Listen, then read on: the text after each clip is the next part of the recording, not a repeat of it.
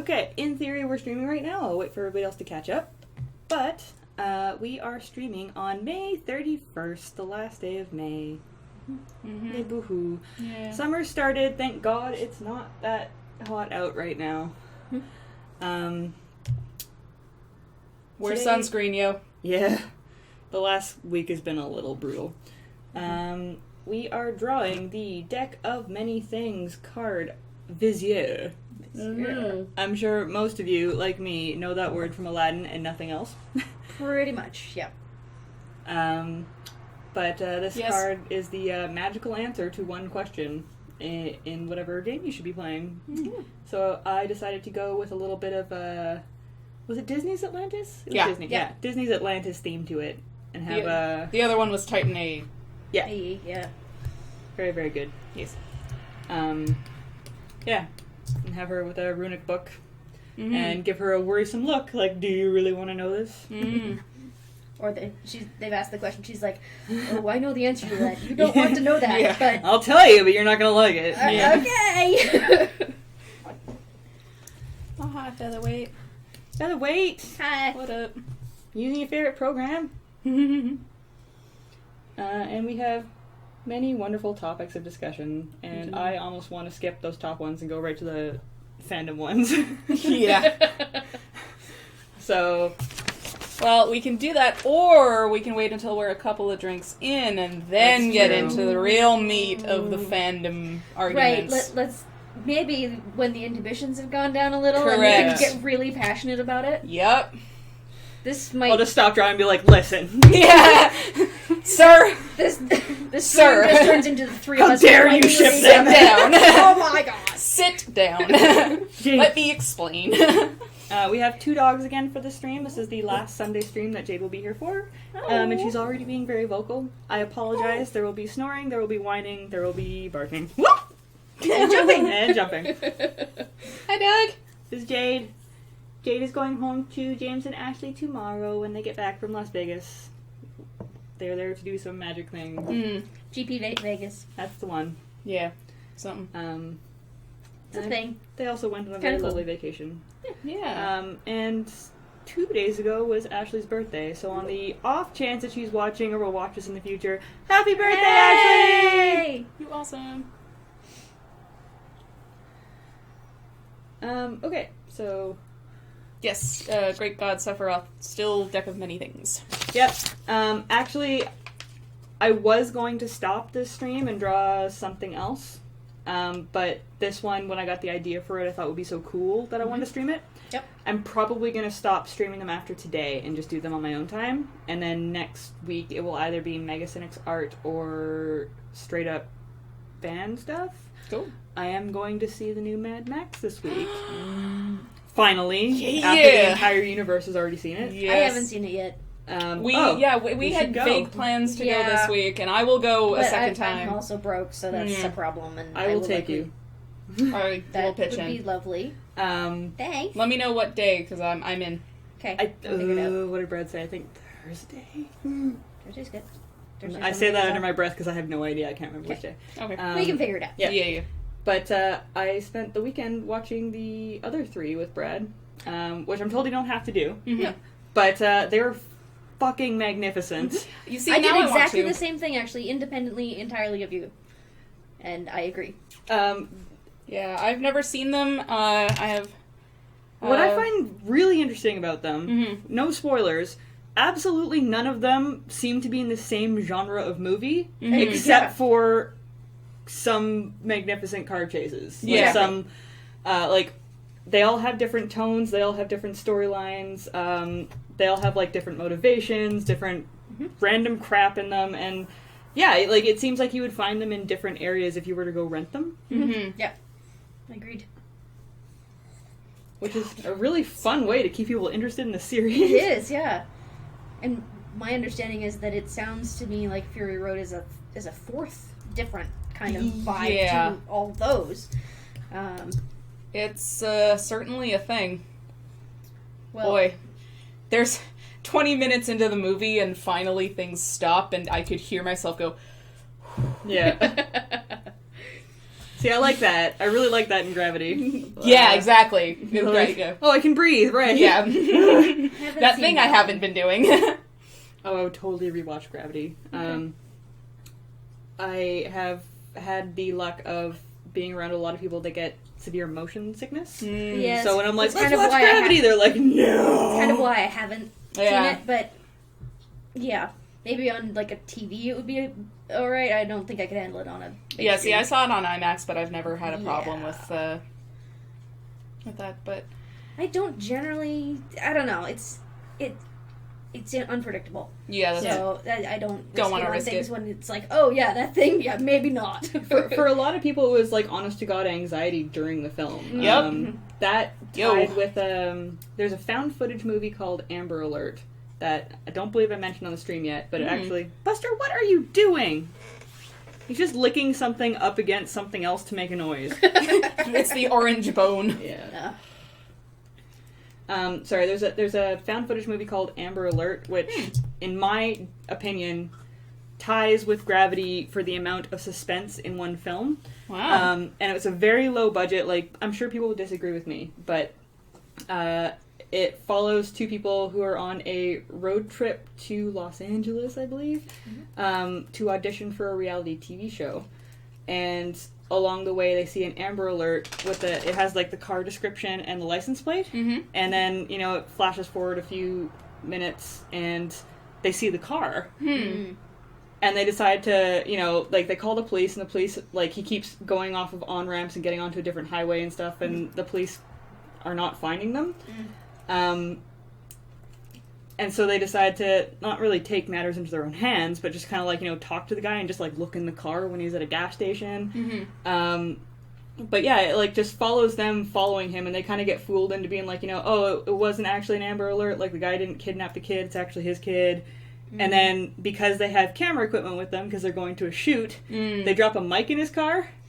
Whoa. And after they've stopped pursuing him, they get a pickup from the mic of the guy, threatening the kid Wow. in the back who's, under a blanket. Yeah. And then, for the rest of the movie, you don't breathe.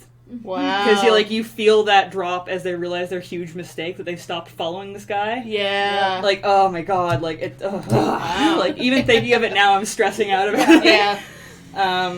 Yeah, I highly 100% recommend it. I think it's still on Netflix. If not, go on iTunes and buy it. It's worth it. If you really like suspenseful thrillers, there's no gore, there's no Sure. it's not your regular horror, even though it's kind of categorized in that genre, but Good horror doesn't necessarily need... yeah, exactly. There's scary and then there's slasher. Yeah. Although my favorite horror film is bloody. It's bloody in the right ways. Which one's that? It's a French film called Martyrs, and Which you still haven't seen. You mentioned that last time. I'll lend you the DVD. It, for all intents and purposes, looks like a torture porn, and the inevitable American remake is absolutely going to be a torture porn in the worst fashion. They are just going to ruin it.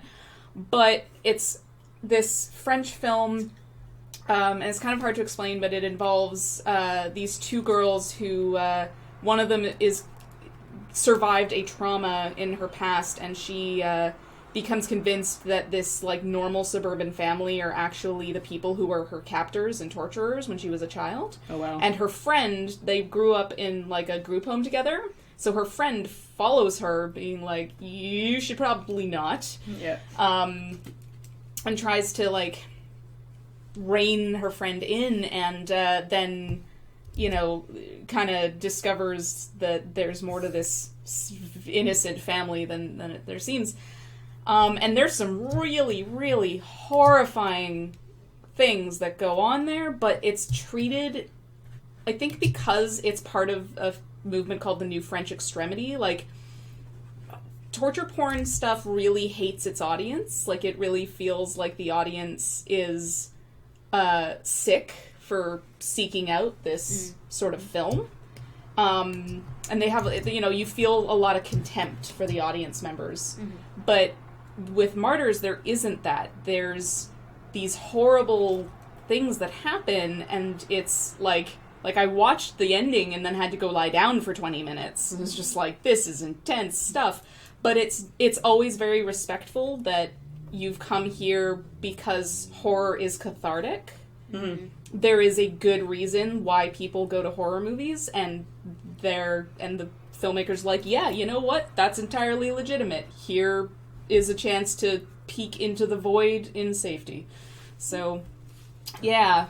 Interesting. I own it. I signed up for Amazon Prime to get it delivered as soon as possible.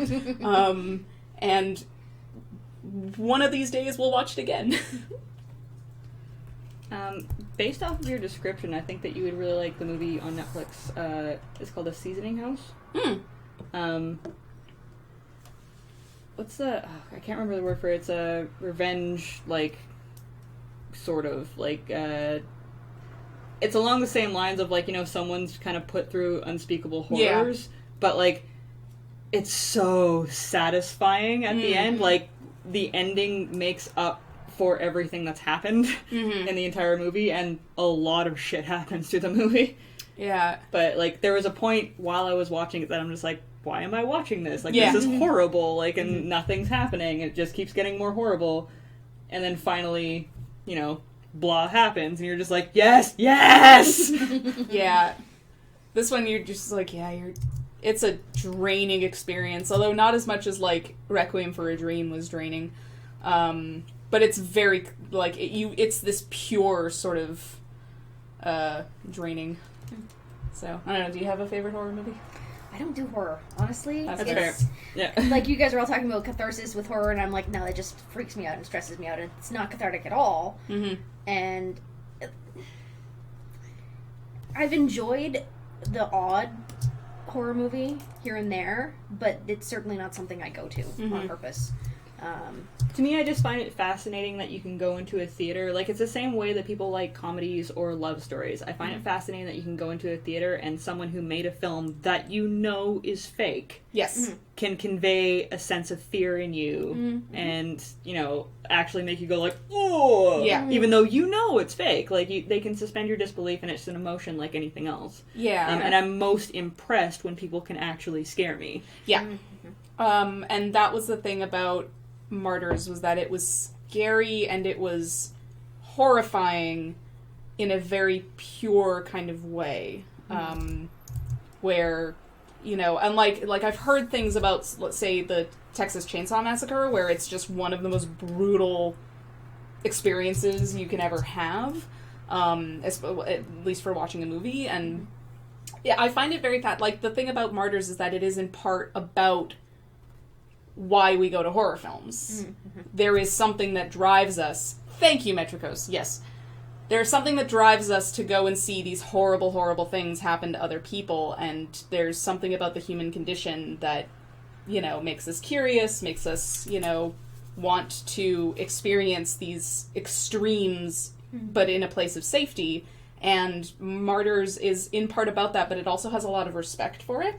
Whereas I think films that, like Saw, don't necessarily. They kind of see it as like, well, why would you ever want to do that? Yeah. Saw, like,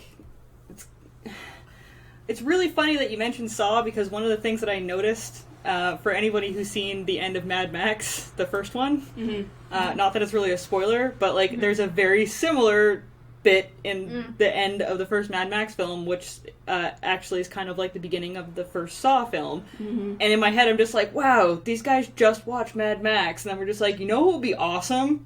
Bleh. Yeah. But it wasn't, like, Saw 1 I enjoyed because it was different at the time. Like, it hadn't done like, really... Like, it was low budget for what it was, yeah, I right? think I'm more talking about the sequels, I guess. Right. Yeah. What's become the Saw thing. The Saw trilogy came more about the creative traps they could put him in. Yeah. However, I cannot say enough good things about Saw 2. Everything that irked me about Saw 1, the big thing that irked me about Saw 1 is that they didn't give the audience enough information about what was happening. So at the end, when they're just like, you know, oh, this is what happens, we're super clever, we're just like, how are we supposed to know that? You gave us zero information. Like, that's cool, but, like, you're acting like it's a big reveal. Whereas in Saw 2, they hit their stride. They gave you exactly the right amount of information, and if you were really paying attention, you could figure it out and know what was going on. Yes. I have a similar thing with mysteries in general. I've watched, like, it comes down to, like, TV shows and stuff for me. Yeah. That if you're doing a good mystery series, you need to give us all of the information. Even if you don't give us the significance of all the information. You have to give it to us. Yeah. Just because the characters have it doesn't mean that I can figure it out. Yeah. Which is why I'm really enjoying a series that I'm watching right now. It's actually an Australian series called Miss Fisher's Murder Mysteries. Okay. It's set in Australia in the 1920s, so between the First and Second World War. Very, very fun. Very empowering of women and all this kind of stuff. And basically this young woman who is from money is basically set herself up as a detective and gets her nose into everything, and she's a spitfire, and it's awesome. Neat. Yeah, it's a lot of fun. And she will be mine. Yeah, maybe a little bit. Sorry, I have no idea how that went into a horror movie so fast, but... It's cool. I could talk about horror movies all damn day. Mm-hmm. I'm reading, I rediscovered a film blog, one of my favorite film blogs after taking a long break from it, and this is a guy who writes, he's such a good writer, and every summer he does the Summer of Blood, where he reviews different horror movie franchises, and he's done, this year's gonna be his last, because he's like, I have at this point exhausted most of everything. But his essays on, like, he's tracked, because he's a horror movie fan, and he tracks sort of the rise and fall of the slasher, and, you know, all the ways that these different franchises have grown and changed throughout their years. So I'm in the middle of rereading a bunch of those, and kind of just whipping through these 1,000-word plus reviews, but yeah, they're really good. And he hates Saw. But the thing is, like all good writers, he is best when he hates something. Yep. And writes the most creatively and is the funniest when he's just ripping into something. So I discovered him because, did you guys ever see I Know Who Killed Me? No. It's beautifully bad. It's real bad. I think I didn't see it specifically because Lohan. It's real bad. It's super bad. That was the guy's first essay of his that I ever read was him just being like, at the end of just ripping into this movie, he was like, I love it so much I want to have its babies. That's kind of how I felt about the third Mad Max, actually. I'm just like, this is stupid. Like, everything that's happening in this movie is stupid. Why do I love it so much? Southland Tales. I had that exact same feeling with Beyond Thunderdome. And speaking of which, if you enjoy the aesthetic of Borderlands, you need to watch Beyond Thunderdome, because well, it's very much like, oh, that's where it came from. Well, okay. yeah, and then Fury Road, you're like, oh, okay then. Yeah. Like, that's basically Borderlands right there. Yeah. They get the ridiculous aspect of it. Yeah, is definitely Thunderdome. I think Brad even said a couple times last night while I was watching it. Brad was falling asleep through it, but he was just like, "Oh, I see. Like now, all these Fallout things makes so much more sense. They have so many references to Mad Max in it. Yep. Fallout 3 with the dog and."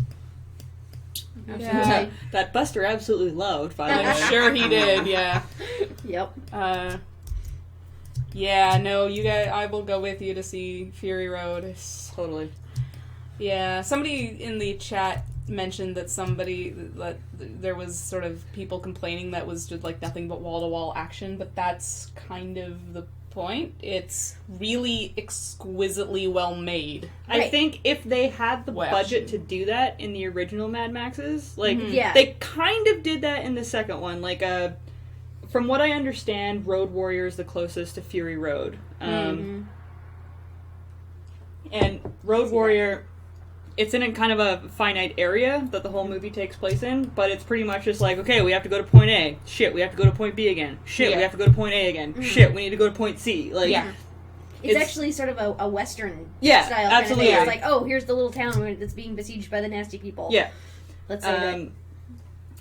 But as I tweeted last night that I saw you saw, I was reading the trivia on Beyond Thunderdome, and the script was originally supposed to be a post-apocalyptic Lord of the Flies movie. Neat. And Makes a lot then of sense. the right person got a hold of it and said, "Hey, what if Mad Max is the one that found the children? Mad Max movie. I had this idea with a Thunderdome. We could just put the two movies together.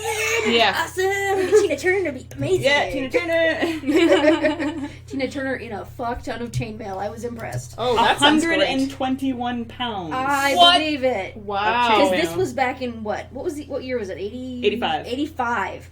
And as someone who makes chainmail, back in 85, they wouldn't have had the technology that we have now to make lightweight chainmail. Most chainmail on screen these days is made out of plastics. Sure. That was probably full on stainless steel, Yep. heavy duty stuff. Wow. And she wears a fuck ton of it. She wears a bunch of it on her head. I was impressed. Wow. The final dress that she wears in the movie, that was the one, the chainmail dress. Yeah, it was like a ball gown made out of 121. dress. Yeah, Wow. it's Pounds. gorgeous. And I'm just like, that's a whole nother Tina Turner. How's she Yeah. standing up in heels? How is she Tina Turnering in that? Yeah. But she is. But she does. She goes down and does the Tina Turner voice. She does. And like, It's we amazing. will rebuild. I'm like, yes, you will. I believe you, Tina Turner. Yeah. Metricos is correct. Tina Turner does not play around. No, she does No. not. Deleted link. Oh, okay. Oh shit! I did it again.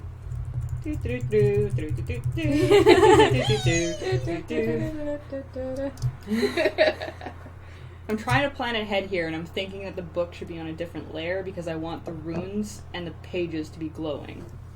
Mm-hmm. However, her arm's in front of it, which is going to complicate things. We'll figure it out. Oh, wow. We'll go on the tree together. Oh, now I see what the deleted link was. Oh, in the other chat. Q. Oh my goodness. Please. Q, please. Please. This Please. is why you don't just copy the link from Google. No, you Yeah. Hang actually on. go. I can fix this problem Yeah, for us. we can do this. Yeah. Yes.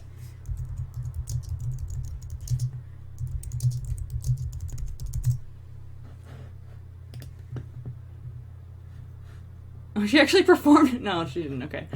That one. Yeah. Oh, damn. Yeah. So you guys can't. Hang on. I'll just view image. Oh, it's so tiny. We can do better. We can. I didn't realize her hair was that whacked out. Oh, yeah. It's a It's May the Falls. 80s. Mad Max fashion show. Okay.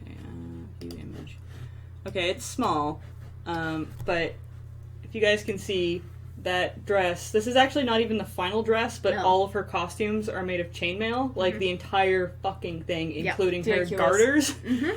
And those giant earrings. giant earrings Oh my by her God. head. Hang on, I can get a picture of those. Like it's just metal.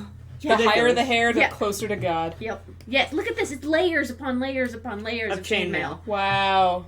And it's amazing. And the armature underneath that would have to be heavy duty steel in order to support that chainmail. Yeah. So you're dealing with armatures as well as the Yeah. weave itself. It's just Insanity. got me all excited about chainmail. But I noticed in one of like the later scenes in the movie, not only like I saw the dress that she was wearing at the beginning, and then she changes into a different chainmail dress that's longer, and I'm like, that's the one that weighs 121 pounds. Yep. In one of the later scenes, she's just walking around in stilettos in a 121 pound dress. and Like I'm like, it's nothing. how? Like, I don't get it. I will Oh, never dear. be as hardcore as Tina Turner. Oh God, no. No. No one ever will be No. again. Oh, the 80s. I was also saying this movie was made before I was born. Yeah. That makes me sad Ever so slightly. because I was 3. I was a December baby, so. Fair enough. Hmm. It's not like I was 13. Yeah, I she was was 3. in crazy good shape. Yes, she really was. I don't think Tina Turner is ever not in crazy good shape, though. Yeah. It's true. Well, alright. Worst hair / makeup / clothes disasters. See, Jordan suggested this morning because, I don't know if you noticed, but I have a clip in my hair because this whole chunk of my hair this morning was just like, in your face. And I'm like, no, hairspray. And it's just like, okay, in your face. And it always tries to do that on Sundays when I stream. And yet on the days when I have nothing to do except, clean the bathroom, it's just like, Perfect, Yeah. Mm-hmm. You belong in a cover. So today, for Bad Hair Day, trying to think, I have hair stories. I don't know how I have any specific, hair disasters. When I was a child, I hated brushing my hair, and I had long, dirty blonde or ash blonde hair. Oh, I see what you did there. Mm-hmm. It's actually technically ash blonde, which I thought was hilarious. But on top of the hilarity, it's also the ugliest form of blonde because it's basically gray blonde. Hence why I've been dyeing it since grade 8. But I refused to brush it half of the time, and my mom worked several jobs and had to drop me off with not a nanny, before and after school care for most of my elementary. So if I refused to brush my hair, it was just well, I have to leave, so I guess that's how you're going to school. And it wasn't until grade 4 where a kid came up to me and was just like, Ashley, your hair is a mess. And I'm like, what? And I went down and looked at myself in the mirror, and I, swear to God, I hadn't seen myself yet today, and my hair was just, up here, how I had slept in it. It was so bad, and that was, the first time I can remember being self-conscious about anything, and, desperately trying to wet it to get it, smaller before I went back to school. Almost, innocent shattered, for the rest of my life, I'll be looking in a mirror before I go anywhere. Well, I sort of had about 15 years of really terrible hair before I chopped it all off, so what you can't tell with my practically buzz-cutted hair is that my hair is very, very fine and very, very straight. Which means that basically, if it's longer than basically this, it just hangs there and does nothing. So until I was 16, I had, shoulder length, what I always think of as girl hair. It's not like I did anything with it, but basically, it was down and looked dirty, even if it were clean, or I had it in a ponytail, which was pointless. So when I was, and it wouldn't hold a curl or anything unless you cemented it in place. The only thing I could ever do with it was total 1980s crimp by crimping it, but mostly by braiding it wet the night before and sleeping on it. I couldn't even do that. It wouldn't last, but it lasted long enough for pictures. You had that thing where, if it was, even slightly humid, half of it would straighten, and the other half would just... it was awful. No! I also didn't give a shit about my hair. I have a great deal of hair, and it is always curly. See, and then when I was... It's the grass is always greener thing, Oh, right? yeah, absolutely. I would have killed for your hair when I was in, high school. I didn't care. Hair was just not worth it to me. It was just okay, so that's the thing I have to deal with. It's not okay. I didn't want better hair. I realized I didn't want hair. Gotcha. That's fair. So when I was 15, I chopped it all off. Interesting story. There was a guy who was semi-stalking me, had a crush on me when I was 15. Well, all through junior high, and would just sort of stand there and watch me get my books out of my locker. Creepy. Gross. Wow.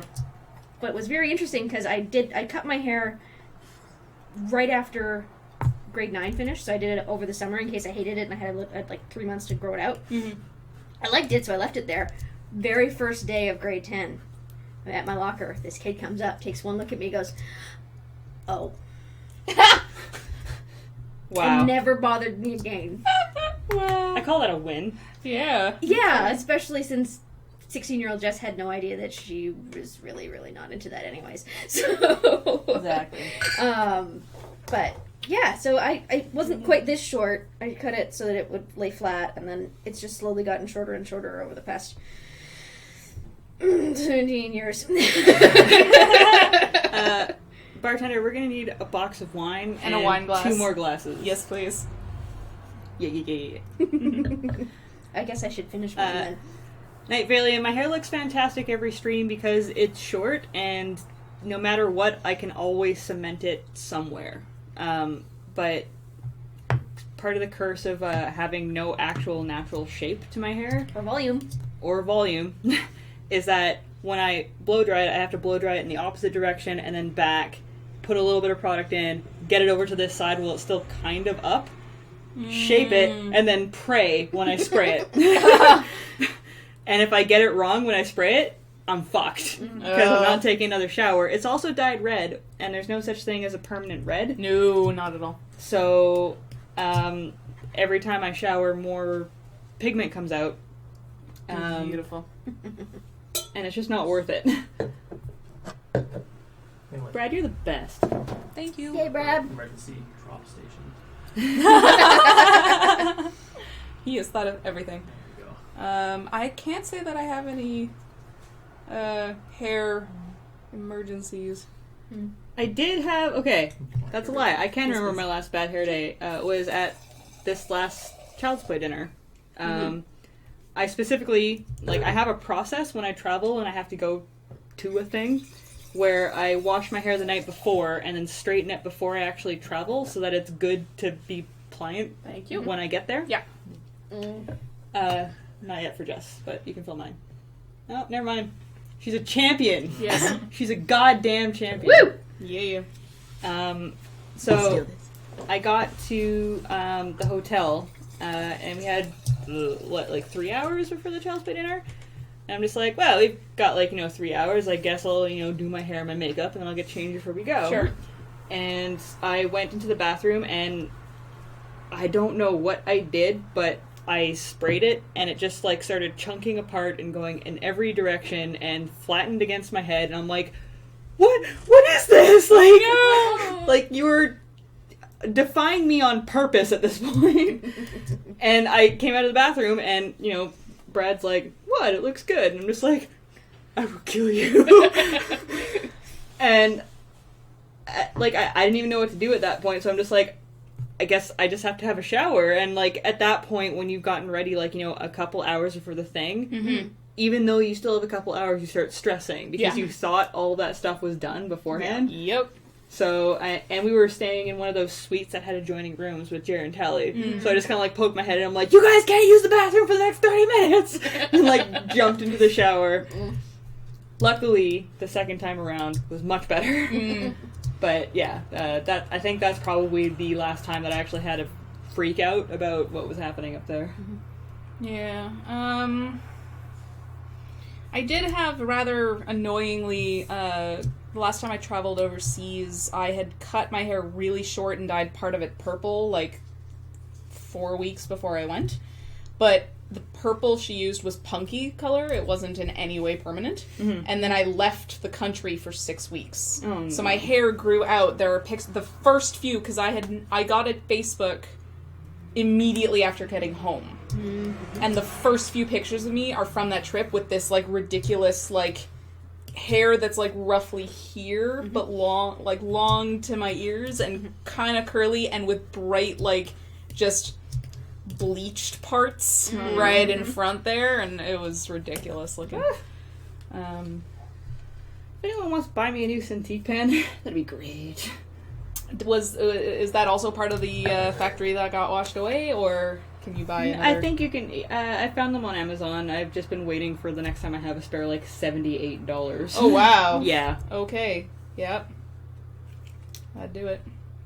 Sephiroth, same thing with me. My hair is very fast growing, and that's part of why, as much as last night I was at a really awesome concert, and one of the musicians in my favorite band, she's got the most incredible hair. It's never...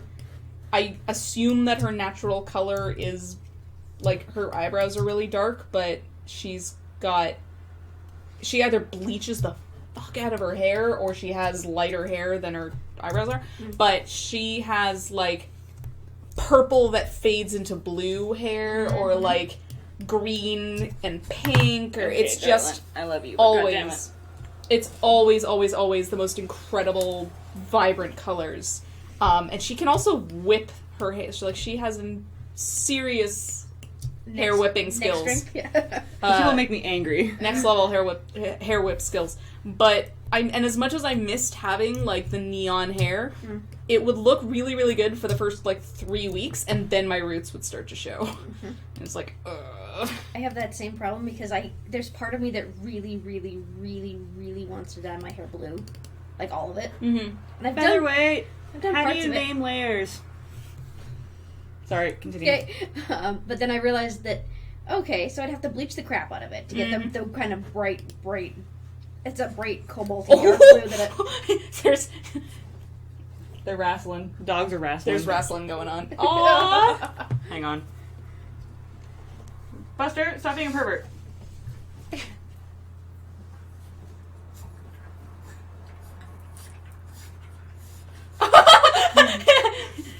Biting your foot. What's your egg? I will eat your food. Sneeze at you. I'll do it. Okay, enough. Go wrestle by Daddy. Daddy's got treats. Jane, Daddy's got treats. Go get him. Where's Brad? Go find him. Good job. Good boy. Good puppy. That was great.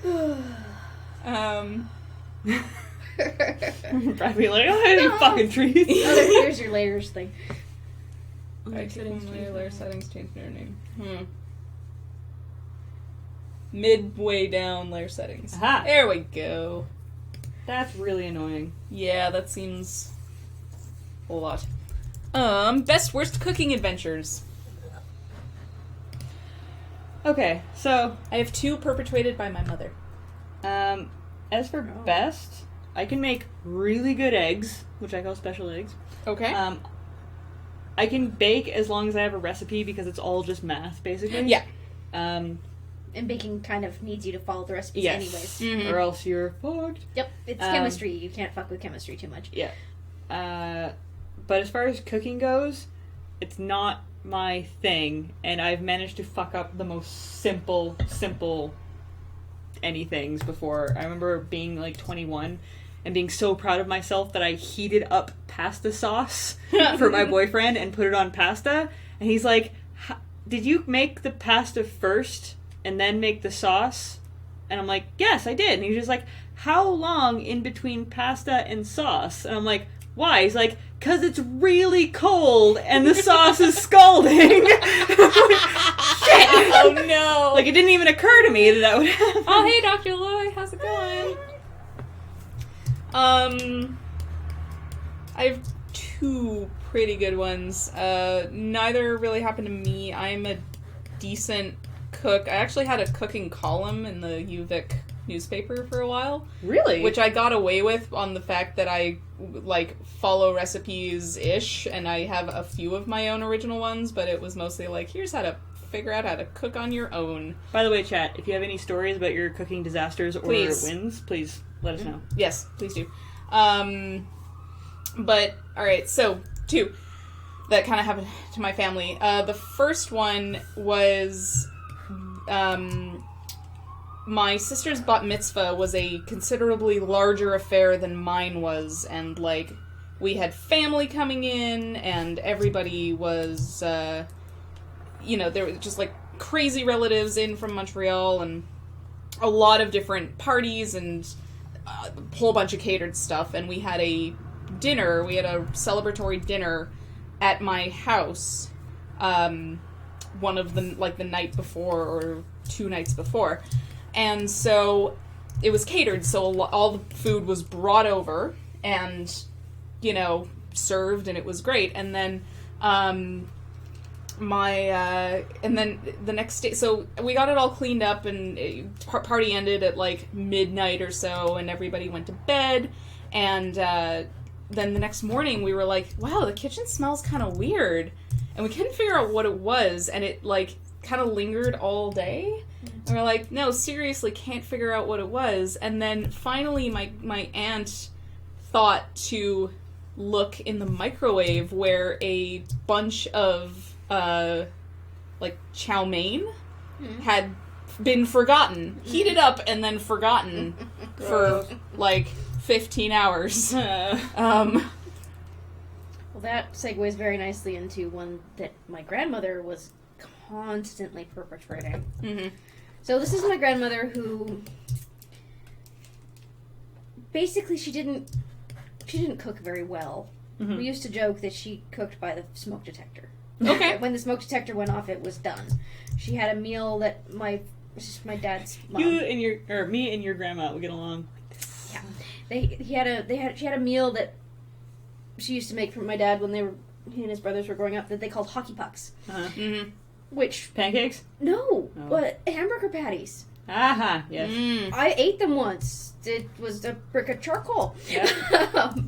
But my grandma was notorious for forgetting stuff in the microwave. Mm. To the point where it's a running joke in our family that if you find something you've forgotten about in the microwave, especially if it's after the dinner, you go, "Would you like some corn, dear?" Yeah. Because my grandmother, on at least 3 different occasions, probably more, long, like hours after dinner was done, would come and find me and my cousins down in the basement where we were watching TV or whatever, go, I forgot about the corn. Do any of you girls want some corn? And it's like, no, Grandma, thanks, though.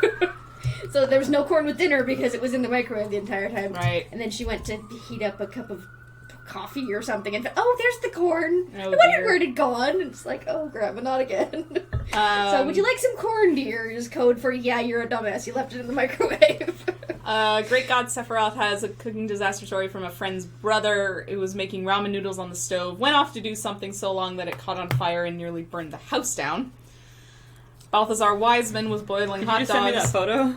Was boiling. Yes, I just sent you a different photo, and I will get to that in Okay. a second. So Balthazar Wiseman was boiling hot dogs on the stove, got distracted by Sailor Moon, and the thing boiled dry, burned the hot dogs, and the fire department responded. And poor Night Valian was making eggs with peppers, cheese, and ham, and only found out that the eggs were rotten, which was gross. So yes, Ash, I've just emailed you a picture because this story really deserves a picture. I was visiting I was visiting Calgary where my family lived, and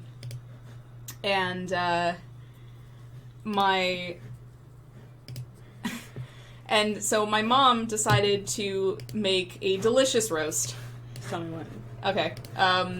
Delicious roast chicken. And we'd had a really, really long, really good day. We went out to this heritage park, which was kind of like a historical reenactment park. And we'd gotten in and come home, and she was going to make this chicken for the next day.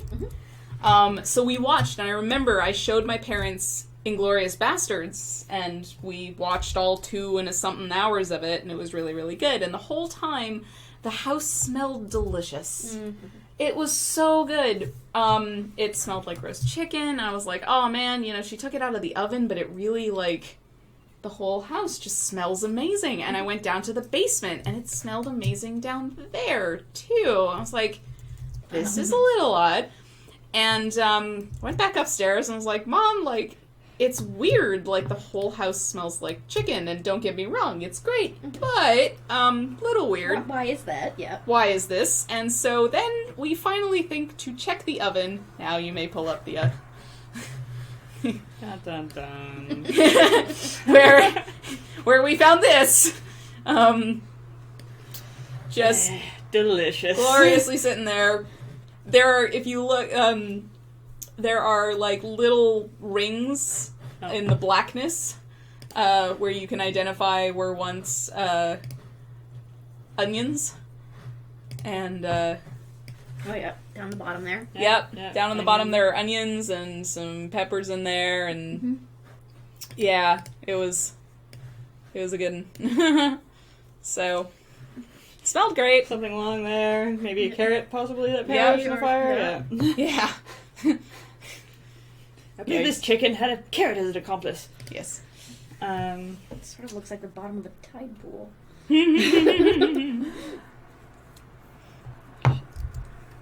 Vizier is worried by chicken. Yeah. I'm very worried. I'm trying to think of, like... See, I've just discovered the slow cooker. Yeah. See, I Which find is- that it's too hot to use it right now. We haven't been using it because, like, I wouldn't say that Brad and I have been on a health kick, but we've definitely noticed that since I started using the slow cooker, our waistlines have been expanding. Depends on how you use it, I guess. Yeah. Yeah. I mean, it's delicious, and for the first while that we were here, we were on a sort of tight budget, so it was really easy to be like, okay, let's make a chili, or let's make a chicken, something, and we'll put it in the fridge and eat it for the next 4 days. Yeah. But, like, it's never really, like, the healthiest, or we're just eating too much of it, because we're piggies, and it's delicious. But we've kind of, now that we're a little bit more financially set, we've started just kind of, like, doing our own thing, and we're just like, okay, before we started dating, we didn't have these expanded waistlines, so maybe it's because I'm feeding you too much, or we're doing, like, these, like, regular, like, we need to eat at this time, so just feed yourself, and it's been actually working out pretty well. That's not bad. But I'm actually glad that we haven't used a slow cooker on top of that now, because I'm like, there are some days here where around 6 o'clock, it's awful. Yeah. It's not exactly cool in here right now, but it's not as bad as it was yesterday. You certainly don't want to eat mashed potatoes and gravy. No. It's not that kind of weather. Because then you start sweating mashed potatoes and gravy. Yeah. And as fun as that sounds, not No. so much fun. Not in the summer, especially. Okay. I'm sorry, I just keep moving this image around you guys. I'm trying to decide if I should make another layer or how I'm going to do this. I want to make the runes on the front of the book glow. Mm-hmm. So I'm wondering if I should draw that underneath first, and then after I'm done filling it in, move it above. Mm-hmm. But I also want to make sure that there's a glow effect on her glove, so... Art! I don't know what any of that really meant. Art. I'm sure it will look cool in the end. Yes. I'm theoretically on a health kick, but can't ever decide what to make for dinner. Health kicks are for when I'm not stressed out about other stuff. Yay! That's entirely fair. Which hasn't been for a while. But we're not talking about that. Yeah. Weird lessons that movies and or cartoons taught us. I'm trying to remember what inspired me to write that, because I remember very clearly one of the Disney movies. Fuck. The reason I wrote that is because there are certain movies where they have, like, a moral that you're supposed to learn at the end of it. Yep. There are a lot of movies and TV shows where I've seen what they were trying to do and been like, fuck that. Yeah. And it stayed with me for my entire life. Right. As like no, because I remember seeing this in this movie and being like, that's never going to be me. And I had an example when I wrote that down, and it's gone. Gone with the it wine. comes back, yeah. I'll think about it. Yeah. That's a good one. We'll come back to that one. Okay. Yeah. Unless you guys have any stories. Yeah. Apparently, Night Valley and Darkwing Duck taught him to get dangerous. That's pretty And good. it Do you was- tell your friends to get dangerous? Maybe in a chant, like, let's get dangerous? Yes. True story. Well, I can't even say true because it's secondhand information, but one of my best friends when I was 19 had the biggest crush on a girl that he used to work with, specifically because she had a tattoo on each butt cheek, one of which was Darkwing Duck's head, and the other side was, let's get dangerous. And I'm like, that's the coolest person I've ever heard of. Like, I'm not even sure I believe you that she exists, and she's still the coolest person I've heard of. That is, yeah. Wow. Alright. Did you watch Darkwing Duck, Mia? Not a lot of it. No. Because you're young. Yeah, maybe. I certainly watched it, but not a lot of it. Yeah. Oh, I missed best/worst dreams or sleepwalking stories. When I was in the aforementioned overseas trip that took 6 weeks and had ridiculous hair, I thought that I had overcome my fear of heights, which I had not, and have not. but I really could have sworn I had, and so I was sleeping, we were at a hostel, and I was in the single bed. It fit 3 people, so I was in the bed, and then my 2 friends were in the bunk bed. And I had a nightmare where I plunged over the side of a cliff, and I woke up with that vertigo, like, stomach dropping to your toes feeling, and looked over at the bunk bed, and I think this is the only, like, maybe the closest thing to a night terror I've ever had, but I swear that there was someone standing on the ladder looming over my friend who was in the top bunk. When I look back on it now, it's likely that her sleeping bag shifted down, but it looked absolutely 100% like death in the cloak. Oh, no. Looming over, and I had nothing, like, I could do nothing. I was frozen to the spot. It was horrifying. Patrick goes, my boyfriend slept on the floor one night because he asked me where he put his phone, and I yelled at him, "You sleep on the floor!" I don't remember this, but he was apparently horrified and did exactly that. That's fantastic. Well, in the vein of the falling type dreams, I can sort of beat that. Okay, go for it. I was a child. I was probably 7 or 8 tops. My sister and I shared a room. My younger sister and I only have one sister, but she's younger. We shared a room, and we had bunk beds, and we'd alternate every 6 months or whatever. You know, it was my turn to be on the top Because you're a good sister. because my mother hated us fighting. But whatever. Potato. Yeah, whatever. But I was on the top bunk, and I had a dream that I was falling, and I woke up halfway to the ground. Oh. Wide awake, in midair. From a fall, like directly out of a falling dream. Yeah. Like you're falling to, oh shit, you're falling to, oh no. Oh no. All this air rushed out of you as you hit the floor, flat on your back because you were asleep. I was just like, what the hell? Yeah, that was fun. Oh boy. Yep. So, Yikes. yeah, that's a fun one. I've never slept walk or anything. I don't usually have good dreams. Like, I have the good dreams like everybody has a good dream where you're like, you're dating that one person that you've always wanted to date, yeah. and you wake up and you're like, no, go back to sleep, no! Yeah. But I have had night terrors, like actual night terrors. Have you guys heard of the drug Champix? No. I've heard of it, but I'm not entirely sure what it Champix is a, well, I can't say anything besides it's a very effective stop smoking drug. Okay, I've probably seen commercials is what where it's from. And unfortunately, I'm one of the people that experience like the worst of all the side effects that you can get from it. And I guess I had a little bit of an invincibility complex because I had never had any side effects from anything before. So the doctor will tell you, you know, like, you might have bad thoughts. You might have, you know, odd dreams. But in worst case scenarios, it's night terrors and, like, not suicidal thoughts, but, like, really fucked up thoughts, right? So my experience was every time I was asleep, I had a night terror. And it wasn't one per night. It was if you woke up crying your eyes out because of the first one, as soon as you went back to sleep, you had another one.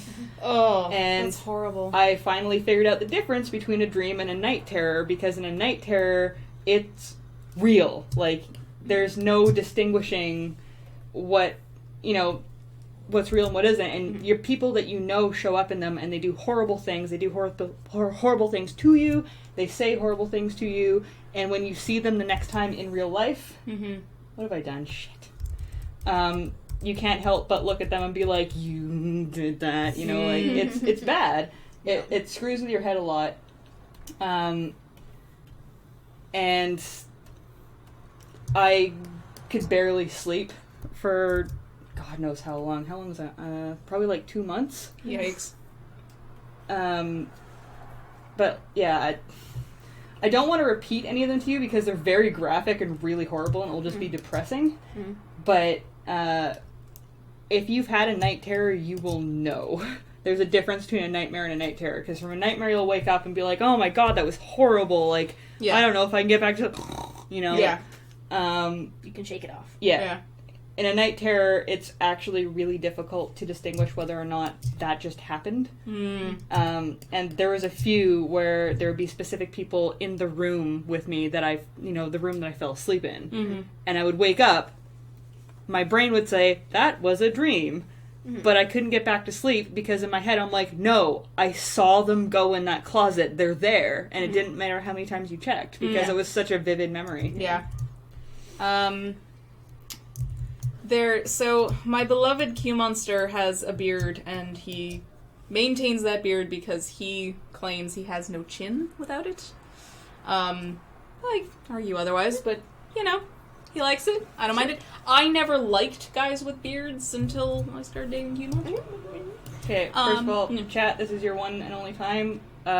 Jewelry, silver or gold, or bronze. Also, eye color and color motif.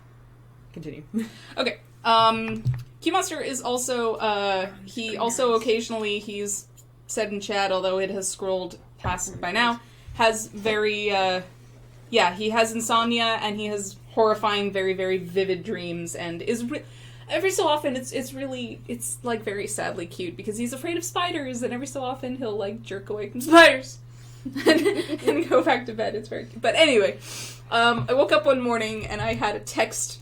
I can't remember whether it was a text or I think it was a call, but he was just like, Mia, it's bad. I had a really bad, like, I sleptwalked. It was bad. And I was like, why? What happened? He goes, I shaved. Fantastic.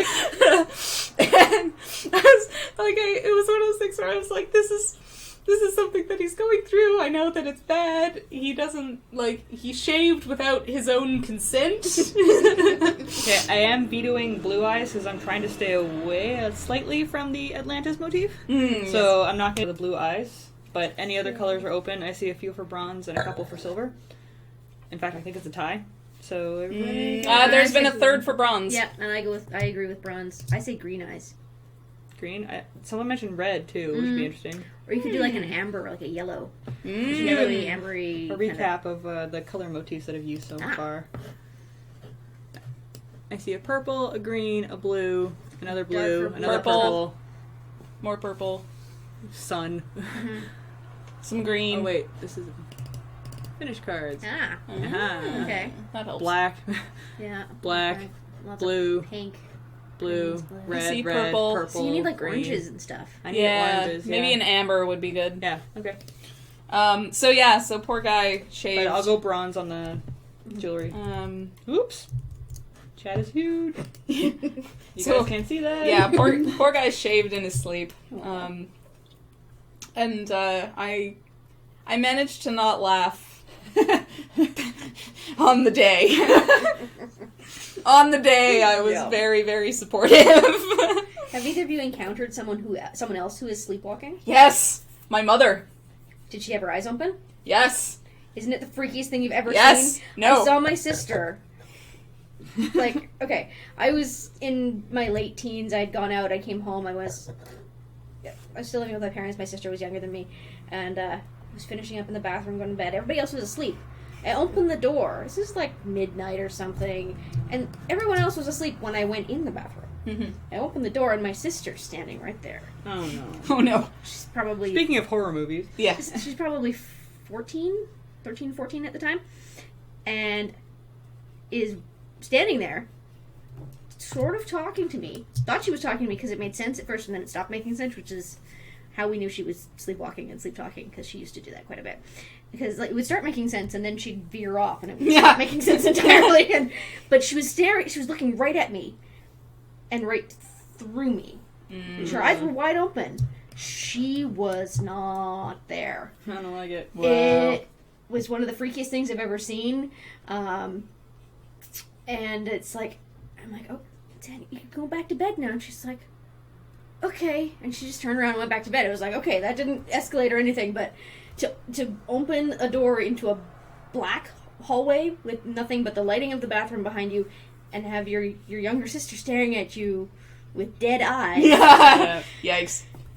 One of my ex's moms sleptwalk, and every once in a while, when we would go and visit them, she would have, like, a giant bruise up the side of her arm or something. And I'd be like, what happened? She's like, oh, I was sleepwalking and I fell down the stairs. Like it was nothing. Wow. Because they've been dealing with this their whole life, right? Yeah.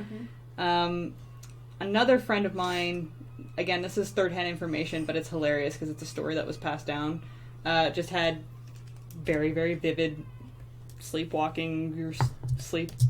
I don't even know what you call it when you just, like, you're in your room still, you're not walking, but... Sleep activity. Yeah, exactly. Where, like, if they slept in the same room, because this is back in the day when you're, like, 17, you crash at someone's house. Yeah.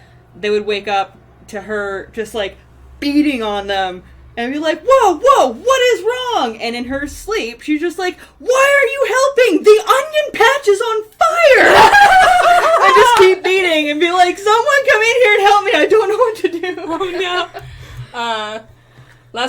Lathosterin is narcoleptic, has cooked, bathed, and been found laying in the middle of the kitchen with an open ketchup, all without knowledge. Oh god. Metricos sleptwalked, woke up on the kitchen floor spooning a box of wheat thins like it was a cherished lover, which is great.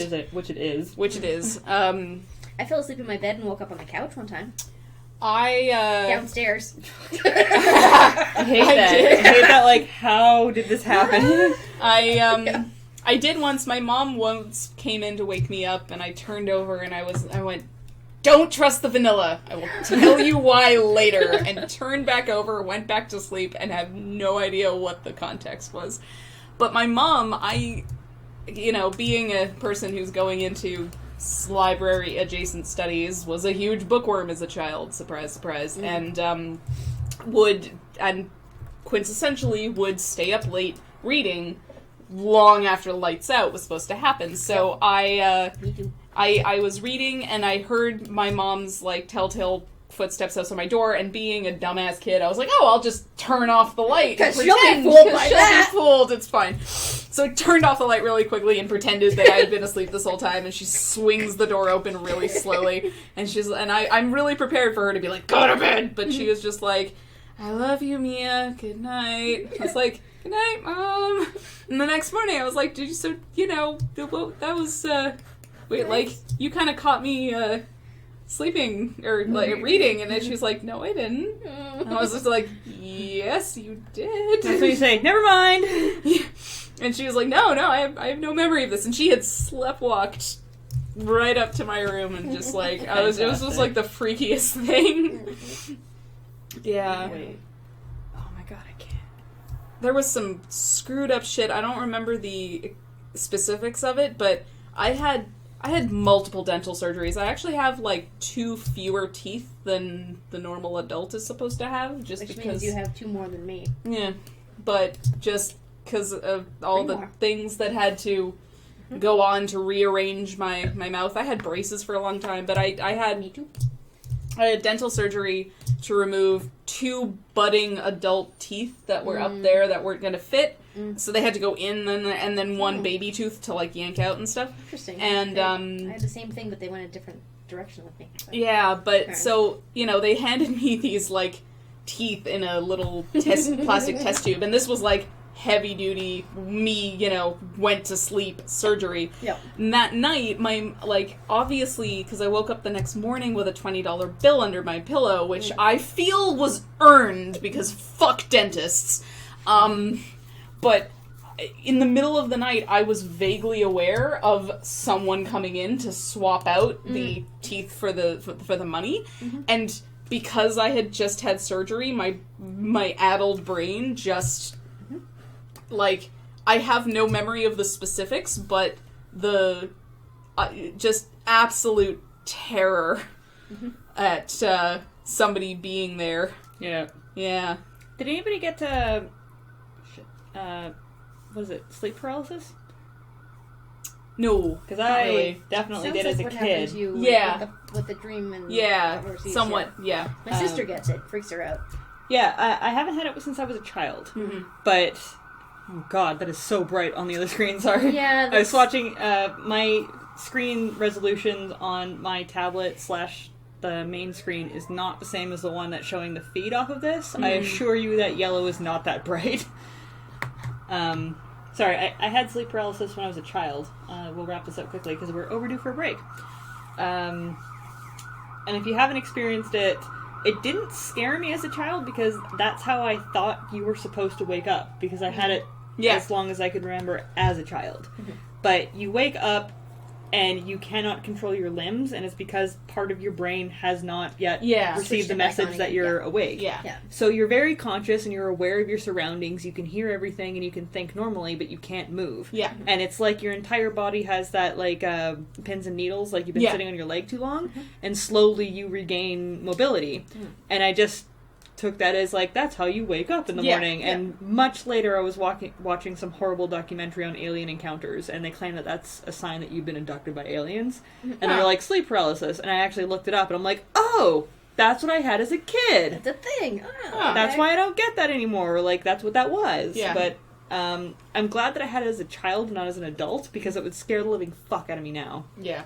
But it's really, really, really, when I remember it, I'm shocked that I wasn't scared when it happened, because I was too young to understand what was happening.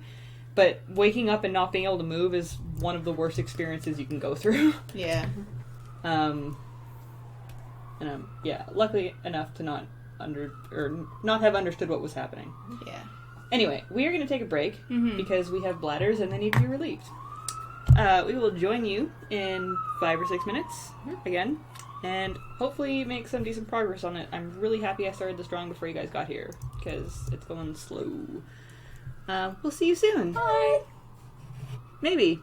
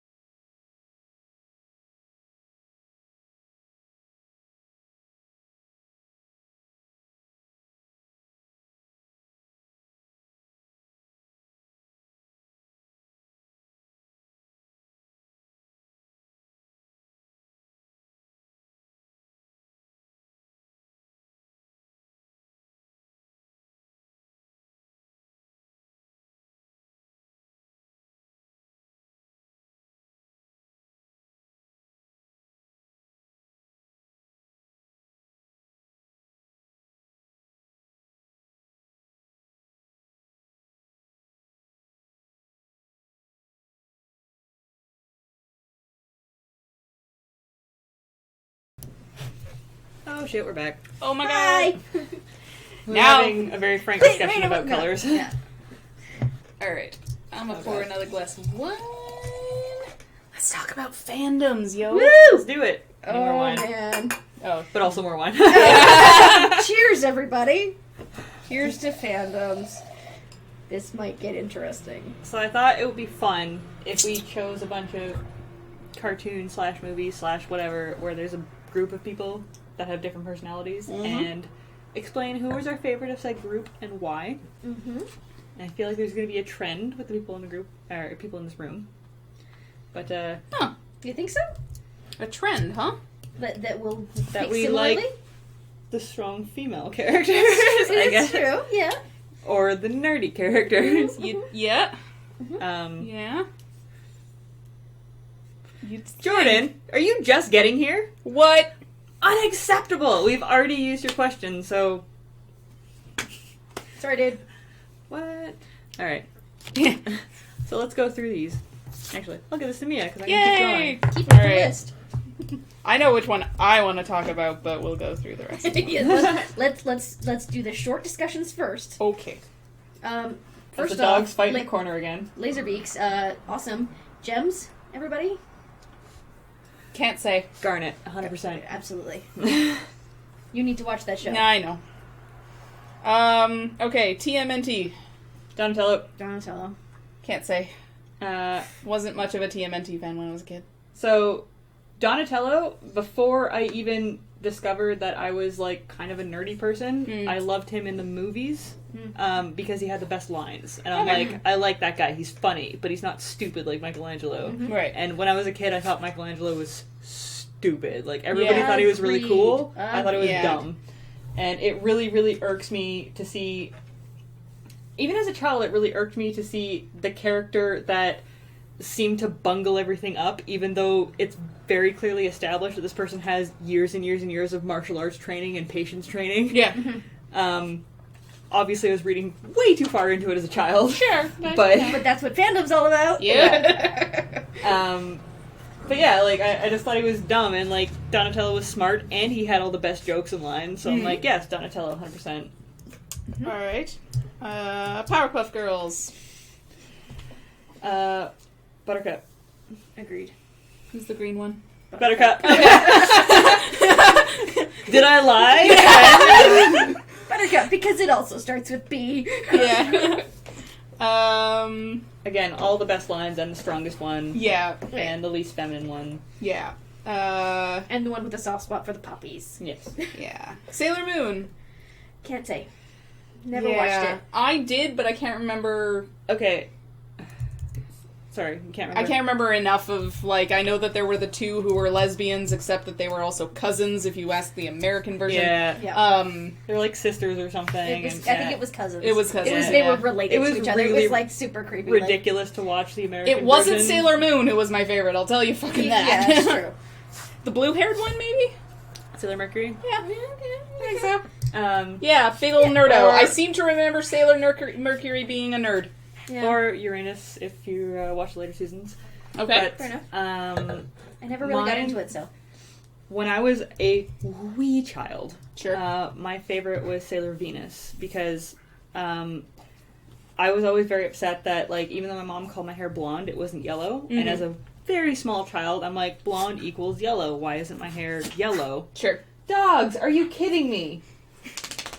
I love the sound of I her. love the flappy ears. The flappy ears. That's Jade tossing her head back and forth. Yeah. So I really, really, really wanted to be Sailor Venus. Sure. Because she had long, beautiful blonde hair.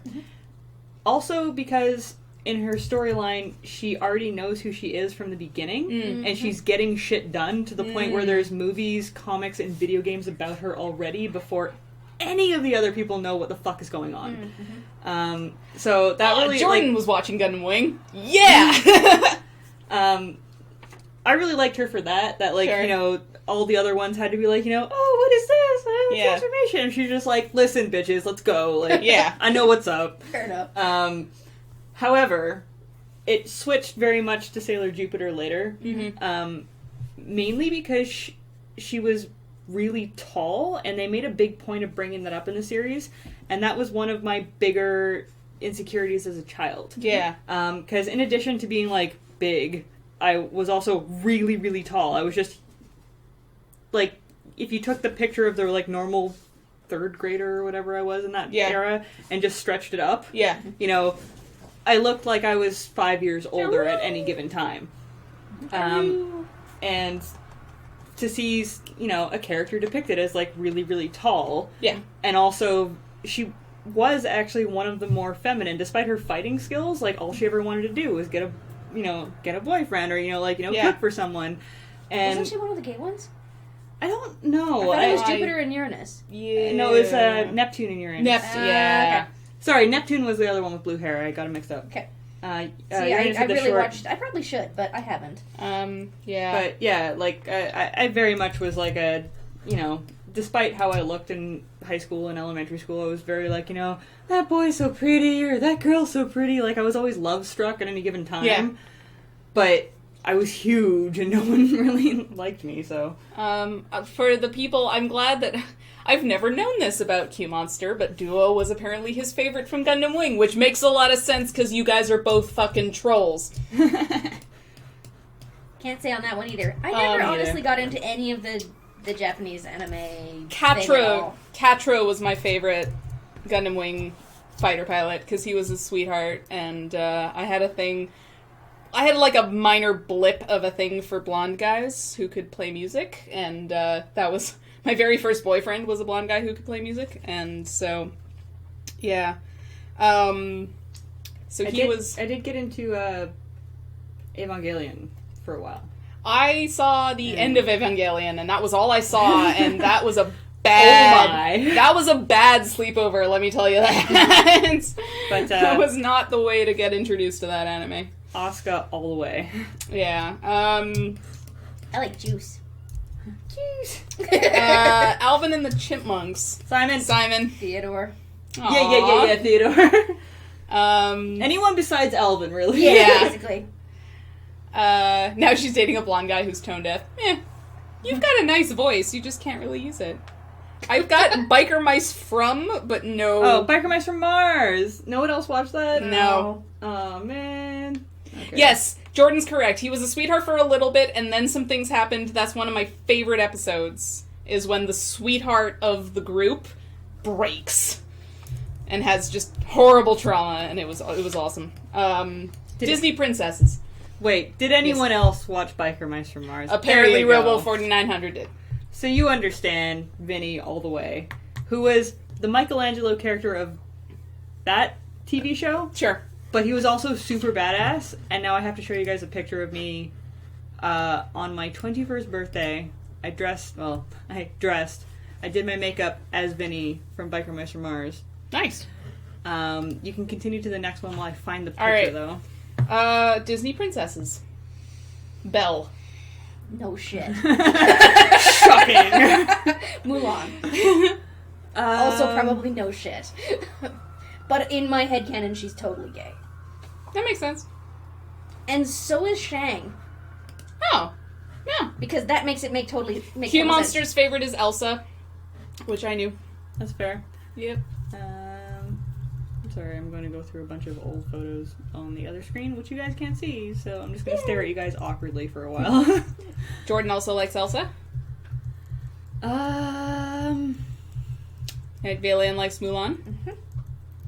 I really like Rapunzel, actually. Yeah. Nice. Yeah, she's up there. Amethyst likes Jasmine? The smacking the guy in the head with the frying pan? Yeah. Won me over. The knowing exactly what she wants out of life kind of thing? Yeah. Even if she doesn't know how to get it? I don't know why I thought this would be the fastest way. We've got to be getting there soon. You guys are missing so many excellent pictures of me dressed up as a zombie. Yeah, it's great. And Poison Ivy. Mm-hmm. Yeah, that's a really good one. Dr. Loy's favorite is Princess Leia. It's pretty good. That's fair. Yep. Actually, I would like to revise my answer. My current favorite Disney princess is Thor. Thank you very much. Yes! Correct.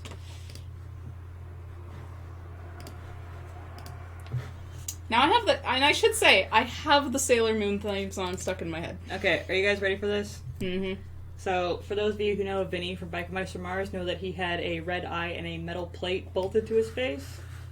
And I decided to do that for my 21st birthday because fuck it. That's pretty awesome. I was also a little goth back then. That's pretty rad. Yeah. Really? No.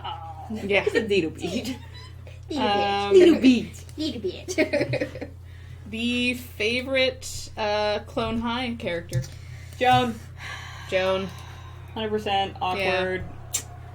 Bookish.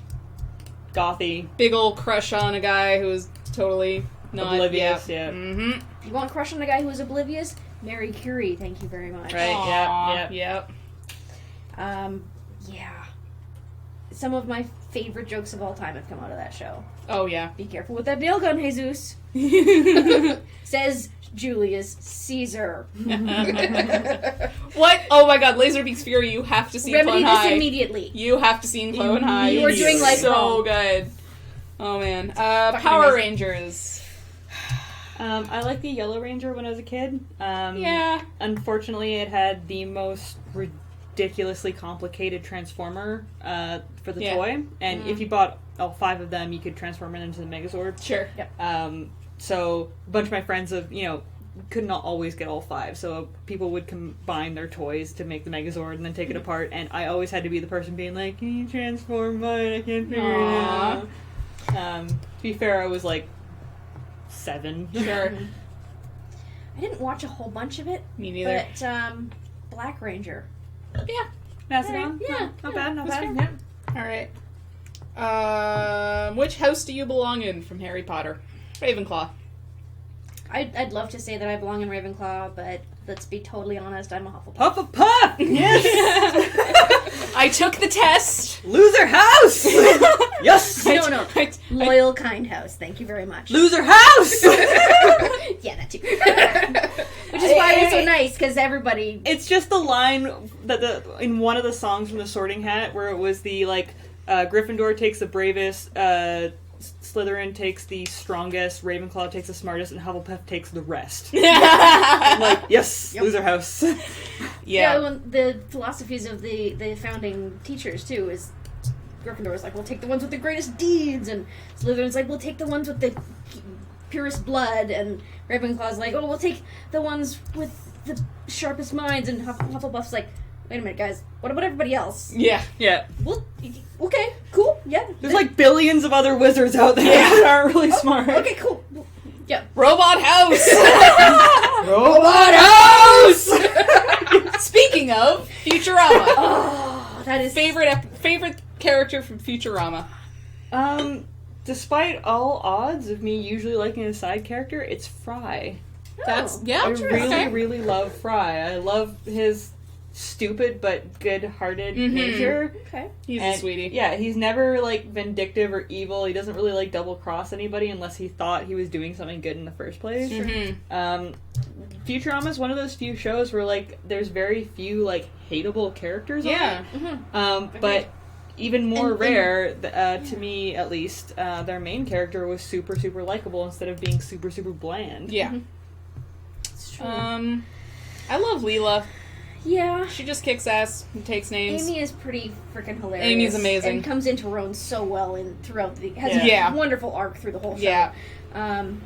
But for absolute favorites, entertainment value, it has to be Roberto. The red stabby robot. Yep. Oh, yeah! Yeah, Roberto, right? Right. Yep. And for the record, every piece of electronic equipment in my home that needs a name to be identified on a network is named after a Futurama robot. It's pretty awesome. I've been to her I can house. sit on my couch and see at least 10. It's pretty awesome. And the one that I've been really looking forward to, Team Avatar. I can guess both of yours. Yeah? Because Sure, I you think know it's mine. the same one. Ooh, really? Yeah. I'd be intrigued. Now you I need know to hers. I think it's also yours, which is Toph. Yeah. Yeah. Hardcore. To be fair, it's a dead heat in between Toph and Iroh. Oh my god, yeah. Yes. Okay, Yeah. but we're talking. Let's. But Iroh's not Team Avatar, Iroh is so. everyone's favorite character. Let's talk hardcore main Team Avatar, including season 3, everybody. Okay, so Because I just finished Avatar, so I have feels. The first time I watched through it, I didn't give two shakes about Sokka. Mm-hmm. The second time... Yeah, that's true. Do you smell burning? I do. I kind of do. Brad? It might be coming from outside. Sorry, guys, I need to investigate. Keep talking. Keep discussing. Iroh is banned in this format for being too strong. But he would make an excellent commander. Metricos and Dr. Loy, Metricos and Maurilius, you guys need to see Avatar. Yes. It's beautiful. Someone's barbecuing. Oh, okay. Fuck those guys. Yeah. So my favorites are, and like one of them's gonna be, actually both of them are probably dead obvious when you think about it, but my favorite standout character who I didn't, came around from behind and just dark horse completely crossed the finish line is completely Zuko. Mm-hmm. Yep. I saw that 100%. Especially given the revelation of the last time I was on the stream when we Rufio! Yes. and you're like, oh my god, that makes so much. But I knew that his arc was coming, because the last time you were on this show, I had not seen season 3 yet, and we whipped through season 3 in about a day and a half. After taking a couple of months to get through seasons 1 and 2. You get halfway through season 3, and even Brad, who's like kind of like a 2-episode a night, he's just like, well, what's the next one? Yeah, well, exactly. Yeah. Favorite episode, from season 3, is, besides some of... Put my feet to sleep snapping. Yeah. Firebender High. Yes! Come on. It's so good. The beach? The beach Yeah, episode. the beach. Yeah. I was like, what am I watching here? You're watching a traditional Japanese beach Yes, episode. Is what you're basically. watching. What I appreciate so much about that show is that their filler episodes are so entertaining. So good. Absolutely. Yeah. Zuko by just, I don't know. It also taps into the fact that 14-year-old Mia just has a stupendous crush on Zuko, because I went for the broody ones way back in the day, until I learned my lesson. Yeah. But, yeah, I don't know. His arc was just worked so well, and and going back to rewatch, because at the gym I can access Avatar because it's on Canadian Netflix. So I was watching, the Blue Spirit episode, and I was like, even now he has these seeds of, passion really in is, him. Yeah. Q Monster and I came to the decision that we are going to get a kitten together, and we are going to name him Zuko. Mm-hmm. So that Q Monster can speak to him in his very excellent Iroh impression, and if we can, we will get a kitten with a little spot over his eye. Of course you will. My second favorite is probably Katara, because... Saw that one coming too. Yeah. Tales of Ba Sing Se is probably one of my favorite episodes. My favorite season is season 3. Mm-hmm. Tales of Ba Sing Se is probably my favorite episode otherwise. So... I don't know if you guys did this or looked it up, but... wow, that went really fast. I very much... That's how wine does in this house. No, but I feel like I'm drinking fit. You know what? You It's know cool. what? It's fine. Aw, y'all are indulging in my drunkenness with me. Yeah! Sorry, Ash, what were you saying? Okay, I'm not that good. I love you, but no. I don't know if you looked it up, but something I missed in the first, I'm scratching my face. It makes the back of your throat. Something I missed or / didn't put together the first time I watched it was the, insinuation of what happened to Zuko's mom. Yeah. And, Brad figured it out immediately, and I'm just like, but they don't say that, you don't know. And then he looked it up, he's just like, yeah, no, I know, I'm right. I read the comics, actually. I haven't read the The comics yet, I are really want online. They are online. The two that matter, because I was in the middle of reading the third one. The third one's not as good. But the two that matter are on Imgur in their entirety. Yeah. And they are really, really good. I'm going to seek out to own one of them someday. But, yeah, no, they do cover what happened to Zuko's mom, and But, like, I guess I just didn't put it together, and the more I think about it now, like, Brad repeated it back, I'm sorry, you guys, like, I really want to talk about it, but it's a huge spoiler, if you haven't seen it, but you're able to put it together by the information given to you in the episode where it kind of goes into it, but it doesn't give you any, like, direct, like, blah, and obviously the writers meant it that way because, and no spoilers, one of the first questions asked in the first episode of Korra was someone being like, I love all your stories about the past Avatar team. What happened to Zuko's mom? Yeah. And they go like, well, and then they get interrupted immediately, and you're like, no! Yeah. Comics add extra stuff. The comics, there are 3 comics, they continue the story, so they kind of take place immediately after the series, and they deal with the end of the war, and so, like, one and a half of them deal with the fact that there have been Fire Nation colonies in the Earth Nation this whole time for 100 years, and people have intermarried, and people have, created a life there, and so the seemingly peaceful decision to dismantle the colonies actually leads to some significant conflict because the people there have made their home, and some of them, there are earthbenders who are members of the Fire Nation, right? So yeah, I highly recommend Robo 4900, highly recommend reading at least the first 2. Metricos, starting Avatar tomorrow, the first few episodes are somewhat weaker. Yeah. Don't get put off. It ramps the fuck up. Yeah, we were discussing this the other night, actually. Yeah. Was it... Ow! Oh. Quinlan or Brad said that it was actually marketed towards a different audience. Yeah. At the beginning, it was supposed to be a much younger audience, and then, like, 4 or 5 episodes into it, you'll be like, oh, never mind, I get it. Yeah. So you have to give it a chance. And I know people say that about every fan series ever, but No, seriously. but really, for Something real, really it's become one of my favorites just right away. There's been a few people who've been like, you have to watch the series. Never mind the first season. I mean, you have to watch it, but never mind it. And I'm like, that's a lot of shit that I have to sit through to get to the good part. Except that it's, you're good on that one. Yeah. Yay. Yeah, no. Big.